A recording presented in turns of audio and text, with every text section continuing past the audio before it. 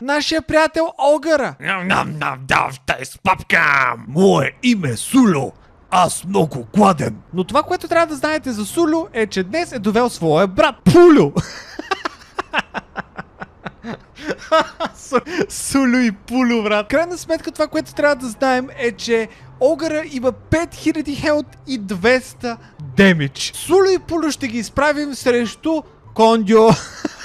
Демона има 20 000 хелт и прави по 1000 демидж, така че тук Сулю и Пулю не знам дали ще имат много голям шанс. Преди обаче да започнем с тази епична битка, нещото, което искам да ви кажа е, че ако искате да ме подкрепите, ползвайте кодовете ми за отстъпка в OzonBG и ArtisBG, които ги виждате долу в момента. Абсолютно всеки един път, в който ги въвеждате с вашата поръчка, вие ми помагате на канала, за което страшно много ви благодаря. Скоро наближава също така и Кибермандия, така че Cyber Monday, да, както и да е. Да започнем с тази битка. Що той за тебе?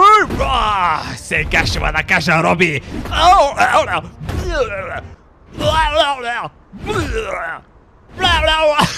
Невероятна битка. В момента Демон Лорда бие и двамата шишковци. Гледайте какво става. Страхотно. Няма ли да ги сваля вече, бе, човек? Ето. Това беше, дами и господа. Сулю и Пулю умряха. Там долу не искам да го коментирам даже. Сулю и Пулю имат трети брат. Казва се Кулю.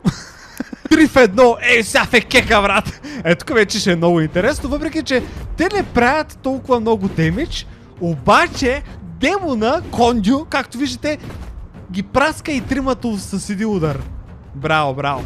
Ако можехме да им виждаме хелта, ще да е много интересно. Интересно дали това ще бъде битка, която демона ще спечели. Опа! Опа! Сулю и Кулю паднаха.